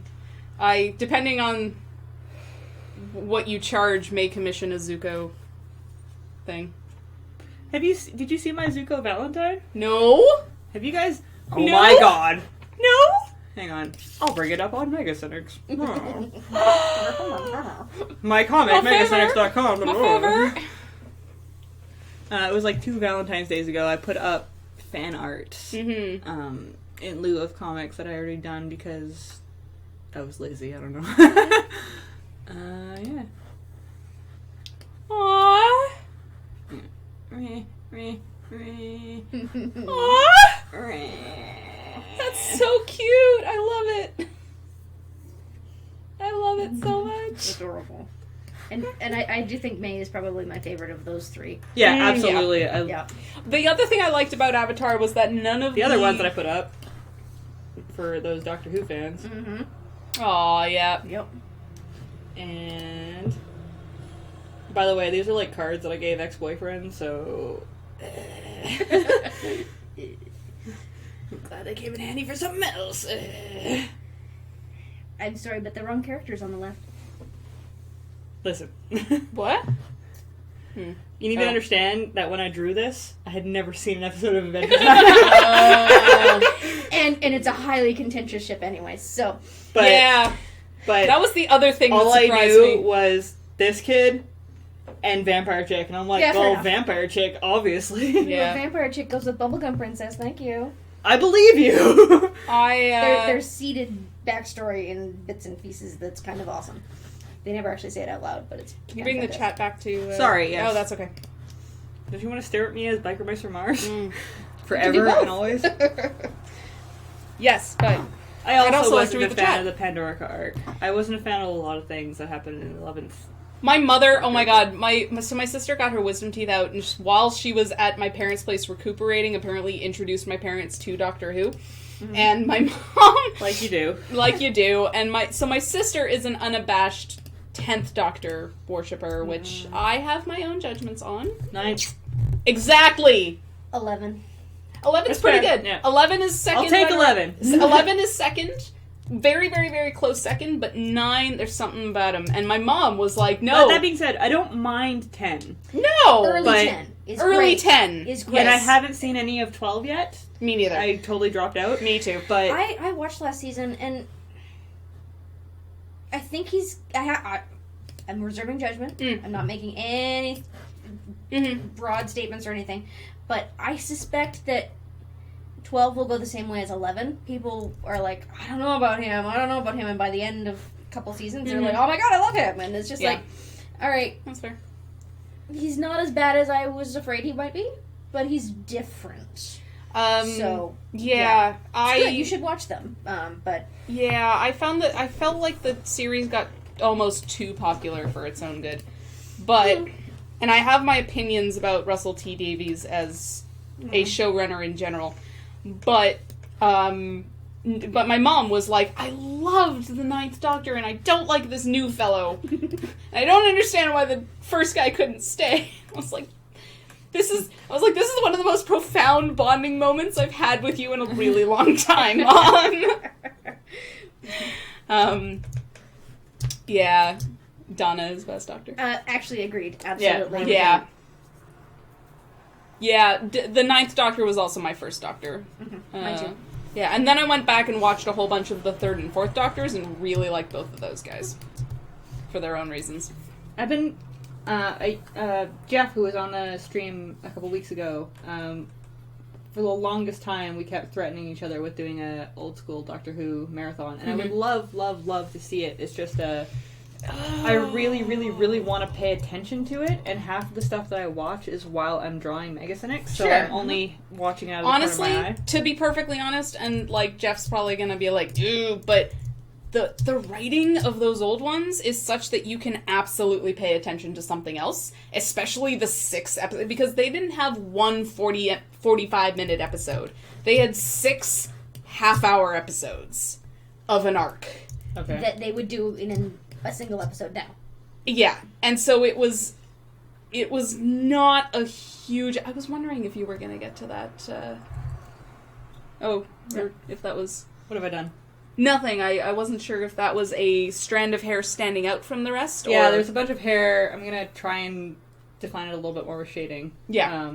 But I didn't want her to have, like, totally kept hair. Yeah. I wanted her to have kind of like a bookie, like, you know... Absolutely. Don't have any fucking time to do my Yeah, hair. absolutely. You kidding me? Oh, you want the answer book? Oh, fine. Okay, here. Yeah. Yeah. But, yeah, the 6 episode ones, like, they just drag forever. They're really good, but they drag forever. Yeah, the pace is entirely different. Yeah. But it's good. It's pretty good. How about from the Buffy/Angel universe?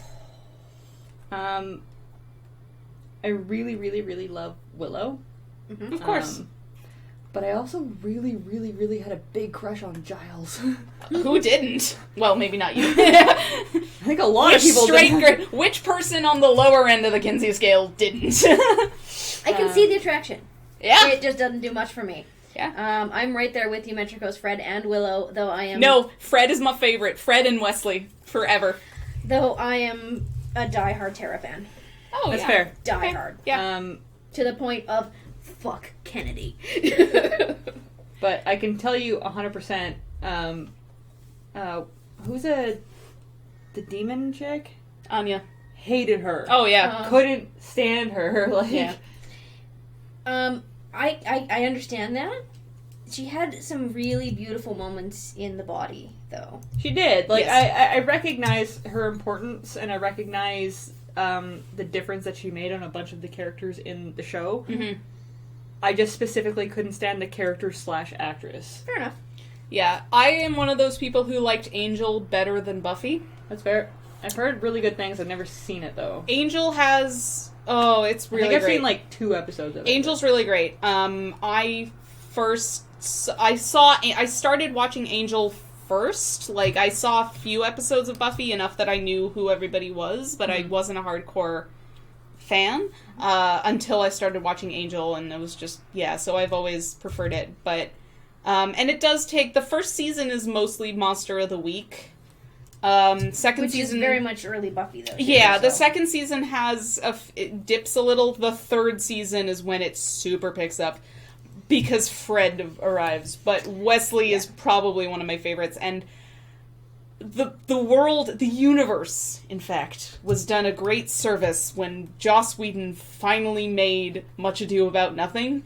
I And still haven't seen that. put and cast Amy Acker and Alexis Denisof as the main lovers, and everyone who was a big fan of Angel felt a healing in their soul happen. Because that was one of the great heartbreaks of that entire show. Well, I love Buffy to no end. I have the rather contentious opinion that I don't like the character Angel one bit. Mm-hmm. And could not get into Angel the show Mhm. because I did not like him. That's fair. And, well, that's Q Monster saw it with a live introduction by Joss himself because he Well- lived in LA. I'm Quinlan. I'm awesome. I'm sorry, that was uncalled for. That was the wine talking. That was completely called for. But, I don't know, it's... That's you. That's what you sound like. Sorry. Continue. I was okay-ish with Angel in season 1. Mm-hmm. As soon as they brought him back from the dead, they cut the legs out of the entire storyline, in my opinion. And it's like, okay, so she just did this horrible thing that's going to scar her for life. If you bring him back, where's the growth? Mm-hmm. There's a little bit of growth, but they can fix it because he's here now. Mm-hmm. And it's like, but no. That was a gorgeous, beautiful piece of storytelling. And it didn't work. It's like, okay, I didn't really even care for the character in season 1, but the arc of the character, with the way that arc ended, was brilliant. To take that ending and basically say, it doesn't really matter.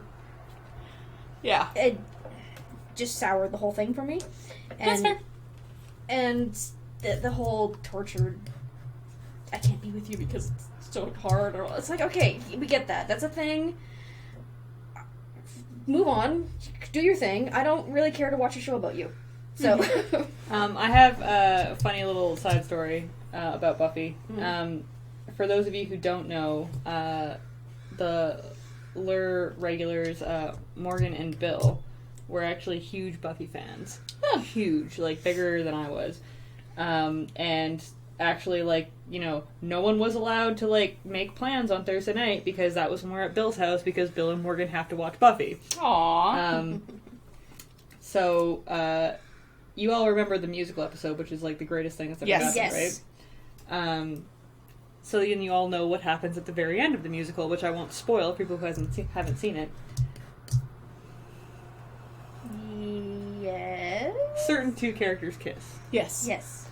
And it was a long time Q coming. Monster, you should. And, like, people like Morgan and Bill have been waiting for it for a long time. Morgan leapt out of his seat and danced around the room, waving his hands in the air and jumping up uncontrollably for about 5 minutes straight after that happened. I've never, like, it's been a long time since I was a child that I've seen that much joy. And that's, like, one of my fondest Buffy memories, I guess. Yeah. I also don't like Spike. I know, Spike had his moments, but got vastly overused. He didn't really even... He had his moments when he was evil. I'm sorry, but as soon as they put him with Buffy, it's like, oh, great, another tortured person. Like Spike, though. Sorry. No, that's fine. Everybody's entitled to their opinion. I just do not I liked him. I liked him bit. because he had an interesting story as opposed to the fucking 2x4, which was David Boreanaz. True.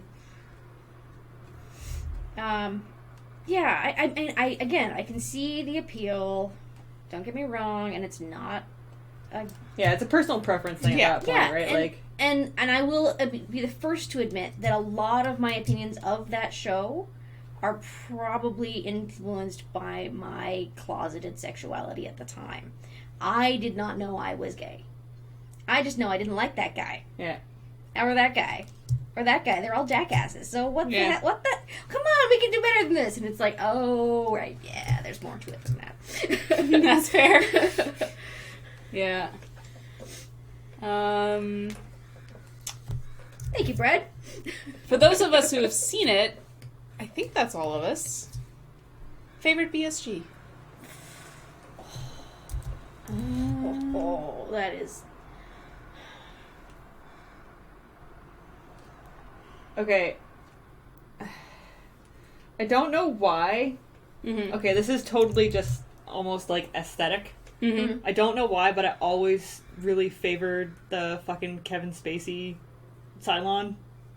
I don't know what his name was. I don't know if they named him. He was literally like the second Cylon they identified. Oh, yeah. He What's looks like his name? Kevin Spacey. And He does. He totally even does. the people who created the What's his show, name? right? He's model 2. He's the second. He's the second. Is he two? No. No, he's not 5. two. He's 5. He's 5. 5? No, he's not. That's Leoben. Leoben's Yeah, 5. Leoben's 5. I thought Leoben was 2. No, Brad, figure it out. No, No, the, Leoben's not 2. He's We won't spoil it he's because a later this is, thing.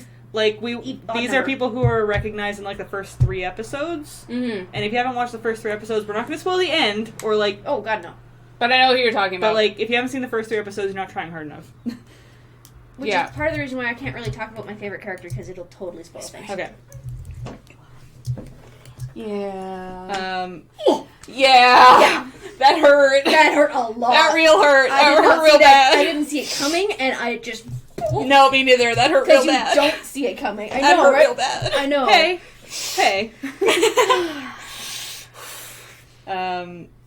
But yeah, the Kevin Spacey guy. The Kevin Spacey guy. I don't know why, but something about him. He's like so underused. There's like, Yeah. without going into detail, there's like 4 Cylons in the Cylon people that are barely used in the Cylon models, I guess. Yep. And they give so much personality to some of them, and some of them they're just like, oh yeah, and then that guy showed up, and then he walked out of the room again. Like Simon, yeah, the doctor guy. Yeah. Yep. Yeah. Boomer was number 5. You should know this. Your Boom credits. I haven't seen it in a little while. Boomer's number 5. Leoben, I think, is number 3. Boomer's not 5, Boomer's 8. She is. Yeah. Listen. Sorry, Sorry. it's been a while. This is the one and only time that I'm going to win in any kind of, like, BSG trivia. I apologize about your future. Someone says Silent 5 is the one you're thinking of, I promise. Yes. Commander Adama, by the way. Yeah. Yeah. Yeah. Humanity's dad. Yeah. Because So- Edward James Olmos. Because Edward James Olmos. This is a Doc Coddle. Yeah. as someone who just watched it. Mm-hmm. Just watched it. Spoiler free. The show is the show hooked me with this promise of like there are 12 models of Cylons, which are like a cyborg, indistinguishable from humans race living among a crew in space after like a pretty devastating war on like 12 planets. Yeah, 12 planets. colonies. 12 colonies of humans. They're indistinguishable from humans, like I said, and all 12 of them are still active, and some of them are sleeper agents within the colony. Like, what do you call it? The 12 colonies. No, the ships. The Battle Stars. Yeah. The fleet. The fleet, there you go. Words, come on. Alcohol. The thing, yeah. So that's what hooked me on it. I'm not a huge, like, space fan. Like, I'm not a huge fan of Star Trek. I'm not a huge fan of Star Wars. But it was that mystery of, like, I need to figure out who they are. Right. That immediately hooked me. And what's funny is that you and Q both called one early. Sorry, I'll stop spoiling them. God damn! What's really upsetting later is to learn that the writers had no idea, too. Like, they kind of, like, wrote it in as they went. Yeah. But I... We should stop yeah. just in case for spoilers.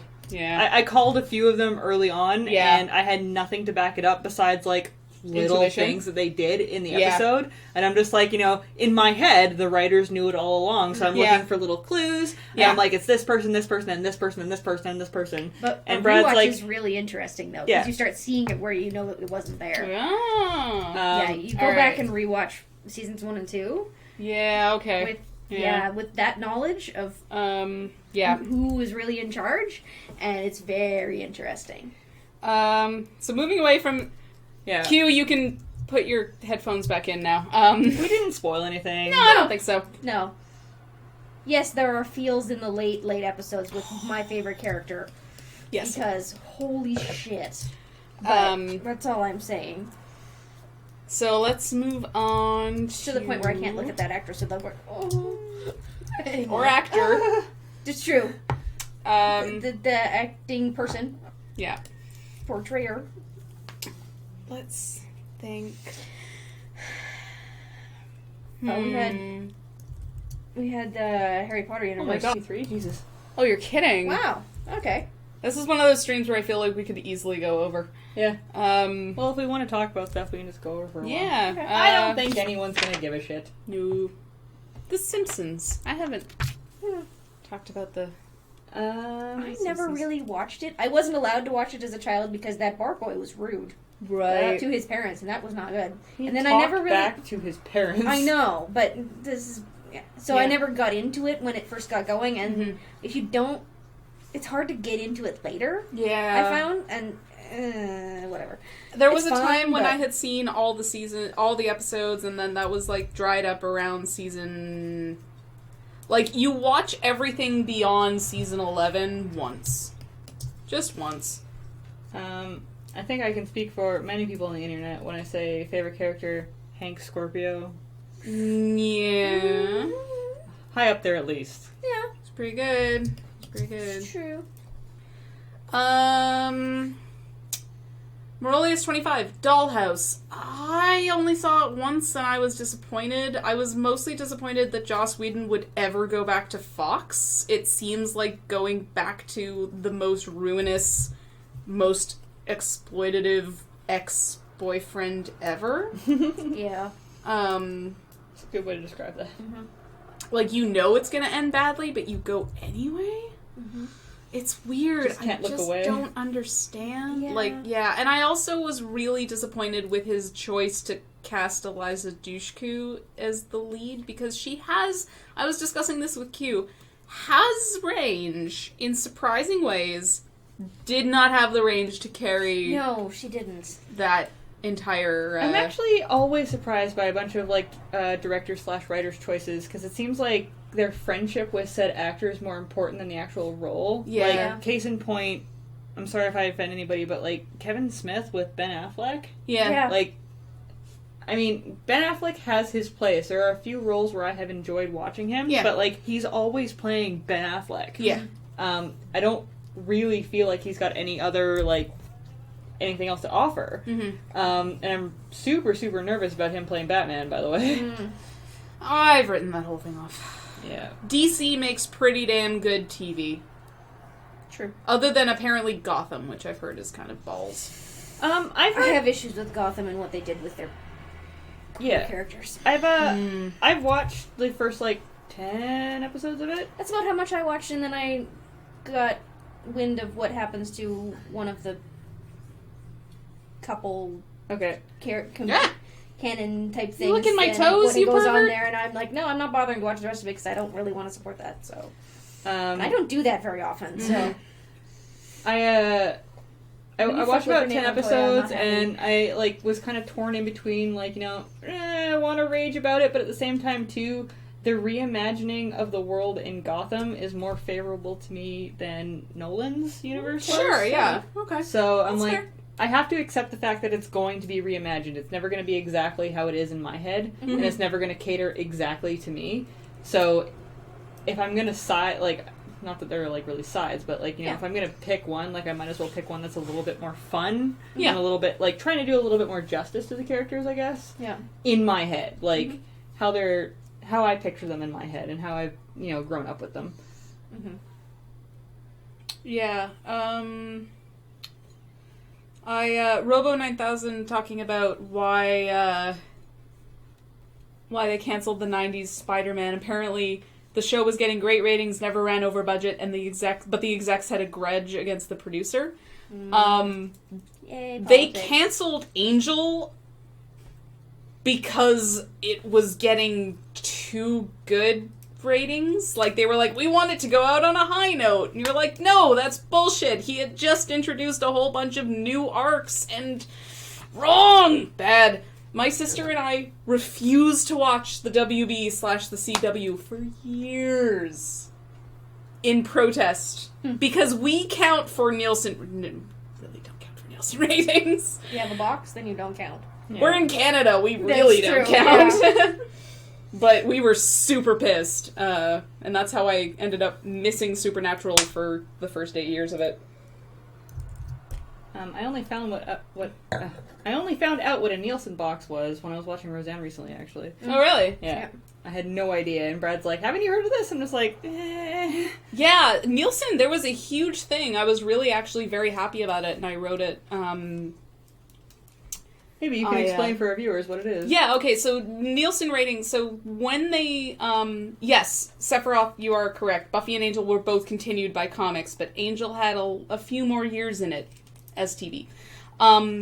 So when you see the ratings for any particular given TV show, they get it from something called the Nielsen box, because the Nielsen company tracks all this data. And what they do is they will call up a particular, like, they randomly, huge air quotes, select a bunch of families across the United States, and they install what's called a Nielsen box on their TV, where it tracks what you watch, and they use that data to extrapolate to the entire nation